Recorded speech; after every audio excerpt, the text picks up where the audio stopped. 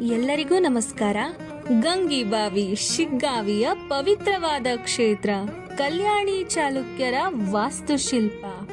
ಹಾವೇರಿ ಜಿಲ್ಲೆ ಶಿಗ್ಗಾವಿ ತಾಲೂಕಿನಿಂದ ಗಂಗಿಬಾವಿ ರೆಸಾರ್ಟ್ಗೆ ಹೋಗುವ ಮಾರ್ಗದಲ್ಲಿ ನಮಗೆ ಈ ದೇವಸ್ಥಾನ ನೋಡಲಿಕ್ಕೆ ಸಿಗುತ್ತದೆ. ಇದರ ವಿಶೇಷತೆ ಏನಂದ್ರೆ, ಸಾಕ್ಷಾತ್ ಕಾಶಿಯಿಂದ ಗಂಗಾ ನದಿ ನೀರು ಇಲ್ಲಿ ಬಂದು ಸೇರುತ್ತೆ.